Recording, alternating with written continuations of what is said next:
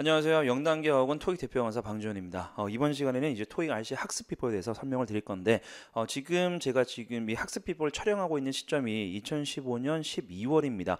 여러분들 발표 들으셔서 아시겠지만 2016년 5월부터는 토익의 유형이 상당히 많이 바뀌게 돼요. 그래서 그것까지 고려해서 제가 학습 비법, 학습 요령 같은 거 다 설명을 드리겠습니다.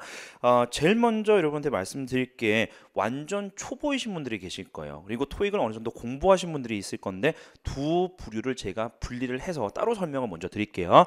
완전 초보자들이 좀 유념을 하셔야 되는 게 네 가지 포인트가 있습니다. 자, 첫 번째는 어떤 거냐면 완전 초보자니까 나는 단어부터 공부를 해야지, 단원별로 공부를 해야지 라는 것도 물론 굉장히 중요하긴 하지만 어쨌든 무작정 내가 초보지만 모의고사나 실제 토익을 한번 보세요. 직접 몸으로 부딪혀서 한번 문제를 1번부터 200번까지 풀어보는 게 상당히 중요합니다. 아, 이런 거구나라고 감이 오실 거예요. 그래서 여러분들 토익 시작한 지 얼마 안 되셨거나 아예 토익을 한 번도 공부를 안 하셨다 하더라도 시험 등록을 해서 실제 토익을 보시면 제일 좋고, 안 되시는 분들은 여러 무료 모의고사 기회가 있을 겁니다. 뭐 싼 것도 있고 무료도 있고 여러 가지 있을 거니까 모의고사라도 일단 한번 보시는 게 전체적인 시험에 대한 감을 잡는데 틀림없이 도움이 될 겁니다. 그래서 요거부터 도전 한번 해보시고, 두 번째는 이제 어휘를 굉장히 많이 제가 질문을 받는데, 어휘 지금 기존에 서점에 나와 있는 책들 굉장히 많아요. 물론 좋은 책들도 굉장히 많지만 어쨌든 여러분들이 어휘 공부를 할 때 보셔야 되는 어휘들은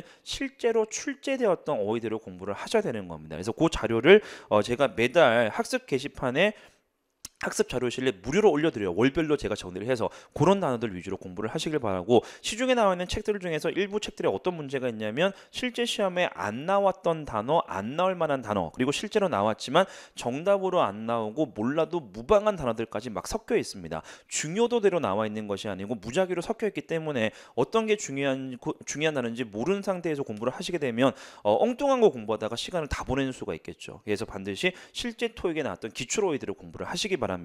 자, 세 번째 포인트는 뭐냐면, 이건 나중에 뒤에서 파트별로 자세히 설명드릴 건데, 복습할 때 여러분들 틀린 문제만 보시는 분들이 되게 많아요. 특히 초보들 사이에서. 근데 절대 그렇게 하시면 안 되고, 틀린 문제는 당연히 봐야 되지만 내가 맞췄던 문제라도 운으로 맞추는 경우가 있겠죠. 또는 내가 제대로 맞췄는데 더 좋은 방법이 있는 경우도 있습니다. 더 빠른 방법이 있는 경우도 있겠죠. 그런 경우를 대비해서 맞힌 문제들도 처음에는 틀림없이 복습을 하셔야 돼요. 그래서 여러분들 초보자 단계에서 중요한 게 어떤 거냐면 시간 투자를 좀 많이 하셔야 됩니다. 그리고 윗단계로 올라갈수록 복습하는 시간이 점점 당연히 줄어들게 될 거예요. 그래서 초반에 고생을 좀 하셔야지 뒤로 갈수록 효율적이고 조금 쉬워진다는 거 꼭 유념을 하시기 바랍니다. 마지막 네 번째 포인트, 이거 굉장히 중요한데, 그리고 여러분들 알고 있는 포인트는 잘 안 지켜집니다. 여러분들 토익에서 가장 힘들어하는 파트가 어디입니까?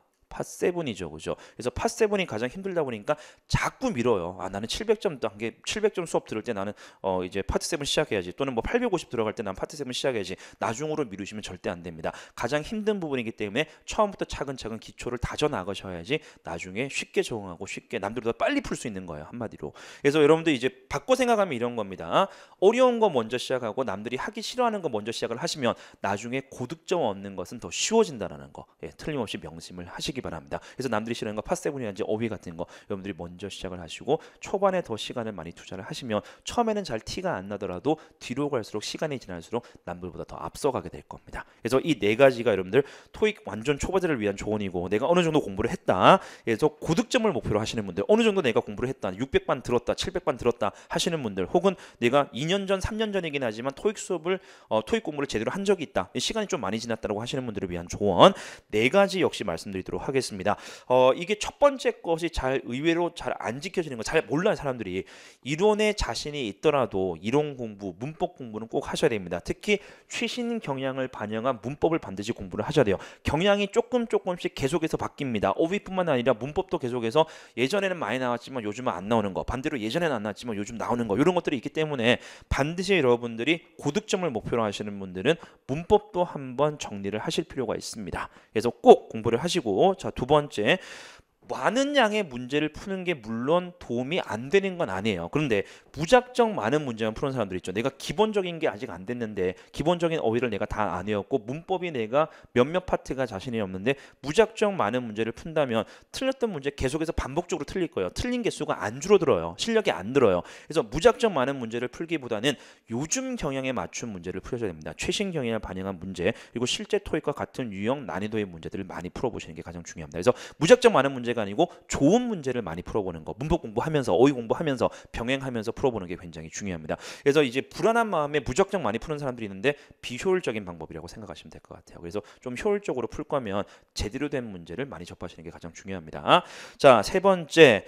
어휘 문제를 체계적으로 연습한다. 이 말이 뭐냐면 어휘 문제, A부터 D까지 명사만 나왔네. 그럼 명사 어휘 문제니까 나는 해석하고 풀어야 되겠네. 물론 그렇게 풀 수 있는 문제가 있습니다만 해석으로 절대로 안 풀리는 어휘 문제도 굉장히 많습니다. 예를 들어서 불가산 명사와 가산 명사 구분하는 거. 기본적으로 안 외웠으면 풀 수가 없는 거예요. 그리고 자동사, 타동사 구분 안 했으면 외울 수가 없는 것들이죠. 그래서 결국은 어휘 문제도 무작정 내가 해석으로 풀겠다. 내가 어휘 뜻을 우리말 뜻을 알고 있으니까 내가 무작정 해석해서 풀겠다가 아니라 이 어휘의 어떤 속성이나 특성 같은 것, 뉘앙스 같은 것도 다 구별을 해서 푸셔야 됩니다. 그래서 이렇게 이제 어휘 문제를 체계적으로 공부하기 위한 분들을 위한 수업도 제가 준비를 했습니다. 보카마스터 이런 것들, 그죠? 그래서 스타터, 베이직 그리고 어드밴스드 단계까지 다 준비를 했기 때문에 여러분들 어휘가 조금 약하다 또는 내가 어휘는 잘 알고 있는 것 같은데 문제에 적용이 안 된다라고 하시는 분들은 어휘 수업도 반드시 들어보시기 바랍니다. 보카마스터. 그리고 마지막 네 번째 파트 7 이거는 이제 초보자들하고 이제 고득점 목표라는 사람 똑같아요. 이거는 파트 7 게을리 하시면 안 돼요. 특히 파트 7은 어차피 뭐 뒤에 10문제 찍고 나오는 거 이런 식으로 생각하지 마시고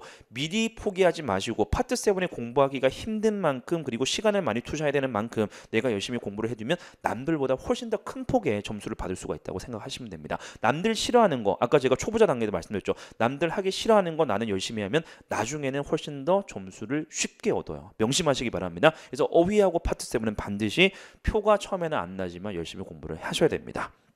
자, 그리고 이제 구체적으로 파트 5, 6, 7 어떤 식으로 학습을 해야 되는지 구체적으로 파트별로 설명드리도록 하겠습니다. 자, 파트 5부터 설명을 드릴게요. 파트 5가 지금 현재로서는 지금 40문제가 나오죠. 2016년 5월부터는 30문제로 이제 줄어들게 되는데 어쨌든 파트 5가 30문제면 100문제 중에서 30%이기 때문에 굉장히 여전히 비중이 큽니다. 파트 5는 어떻게 공부를 해야 되느냐? 첫 번째는 이겁니다. 아까 앞에서 제가 대충 말씀드렸죠. 맞춘 문제, 내가 맞힌 문제, 정답을 선택한 문제도 반드시 재확인하셔야 됩니다. 이유는 두 가지. 내가 운으로 맞췄을 경우 있겠죠. 그리고 내가 제대로 풀었기는 하지만 더 좋은 방법, 더 빠른 방법이 있을 수도 있기 때문에 반드시 재확인하는 단계를 거치셔야 되겠습니다. 그래서 내가 800점이 아직 안 된다라고 하시는 분들은 맞힌 문제도 꼭 확인을 하시고 내가 800 이상, 850 이상 웬만한 문제는 다 푼다라고 하시는 분들은 그때는 틀린 문제만 보고 넘어가셔도 크게 문제는 없을 것 같긴 해요. 그래서 잘 한번 생각을 해보세요. 자, 그리고 두 번째 포인트 오답으로 나온 보기들 우리 특히 어휘 공부할 때 이거예요. 희한하게 어휘 공부를 해야 되는데 여러분들 정답으로 나왔던 단어 그러니까 C번이 정답이니까 C번만 외우고 넘어간다. 절대 안 돼요. A번, B번, D번 오답으로 나왔던 어휘들도 다른 문제에서는 얼마든지 정답으로 나올 수 있습니다. 그래서 오답들도 당연히 공부를 하셔야 되고 암기할 부분은 암기를 하셔야 되고 물론 제가 수업을 진행하면 정규 수업을 진행하면서 이 단어 토익 단어 아닙니다. 이 단어는 함정으로 나온 단어입니다. 단 한 번도 정답으로 안 나온 쓸데없는 단어입니다라고 말씀드리는 건 안 외우셔도 돼요. 근데 그런 단어가 아닌 이상은 다 외우셔야 됩니다. 기본적인 어휘라고 생각을 하시고 자, 세 번째 포인트 해석하고 푸는 문제가 있고 해석 안 하는 문제가 있죠. 특히 해석 안 하는 문제들은 우리가 빈칸의 위치만 보고 이거 부사 들어갈 자리니까 부사 찍고 넘어가는 거 이런 문제 굉장히 많죠. 그러니까 전체 40문제에서 반 정도 돼요. 이 경향이 바뀌더라도 전체 비중에서 반 정도를 차지할 겁니다. 그래서 이거는 뭐 어떤 거냐? 해석하지 않고 푸는 문제는 당연히 해석 안 하고 풀고 넘어가시는 게 좋아요. 그런데 복습할 때는 그 문장을 반드시 읽어보시고 해석해보시고 문장 구조 분석하시고 단어도 찾아보시기 바랍니다. 그러니까 토익식 문장 구조에 익숙해질 필요가 있기 때문에 요거는 여러분들이 반드시 복습하실 때 거쳐야 되는 과정이라고 생각하시면 됩니다. 자, 그리고 파스틱스 설명드리겠습니다. 파스틱스는 두 가지 포인트인데 첫 번째 포인트는 이거예요. 첫 번째 포인트가 굉장히 이제 더 중요해졌습니다. 파스틱스는 해석 위주로 풀고 해석 위주로 복습을 하셔야 됩니다.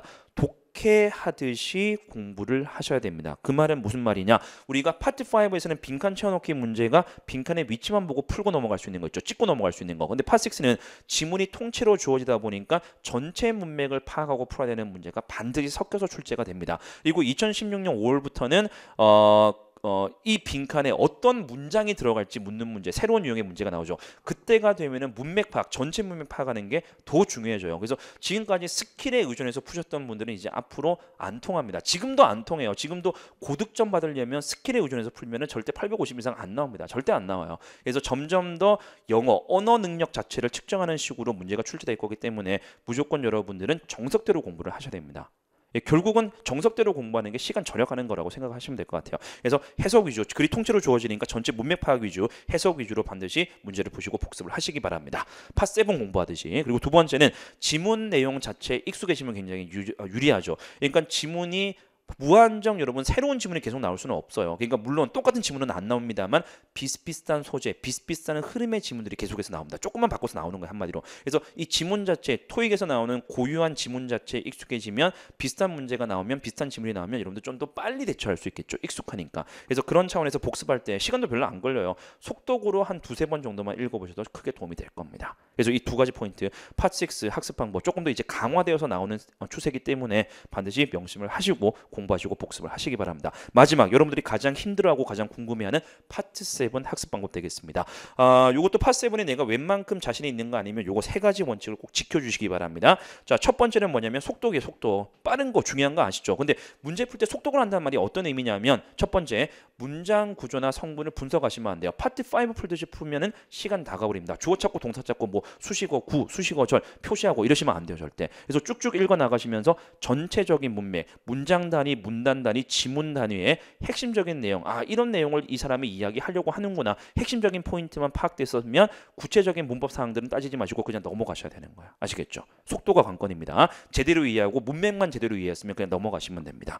자, 두 번째는 뭐냐면 복습할 때는 반대로 꼼꼼하게 보셔야 돼요. 아까 문제 푸느라 훌딱 지나갔죠. 근데 복습할 때는 문장 단위의 복습, 단어도 정리를 해야 되겠죠. 그리고 속독으로 여러 번 읽어보면서 그 지문의 내용 자체에 익숙해지는 게 유리합니다. 그러니까 파6하고 마찬가지로 파7도 마찬가지, 비슷비슷한 소재 그리고 비슷비슷한 흐름의 지문들, 이중지문 그리고 앞으로 나올 삼중지문 다 포함해서 결국은 비슷한 것들이 나오게 돼요. 똑같이 나오지는 않지만. 그래서 익숙해지면 절대적으로 유리합니다. 자, 마지막 세 번째 포인트, 요것도 내가 800 이상 넘는 거 아니라면 웬만하면 요걸 지켜주시면 좋을 것 같아요. 틀린 문제만 보지 마시고 맞힌 문제도 내가 힌트를, 포인트를, 근거를 제대로 찾았는지, 혹은 내가 더 좋은 근거, 더 빠른 근거가 있는지 확인하는 차원에서 내가 맞췄던 문제도 한번 점검해 보시는 게 굉장히 중요합니다. 그래서 파트별로 어떤 식으로 앞으로 공부를 해야 되는지 설명을 드렸습니다. 하나만 더 강조드리고 마치도록 할게요. 여러분들 아까 편법에 의존해서, 스킬에 의존해서 푸는 것은 한계가 있습니다. 앞으로는 더 그럴 거예요. 지금까지도 그랬고. 그래서 여러분들 어떻게 생각을 하셔야 되냐면, 너무 조급한 마음에 빨리 끝내고 싶은 마음에 스킬 위주로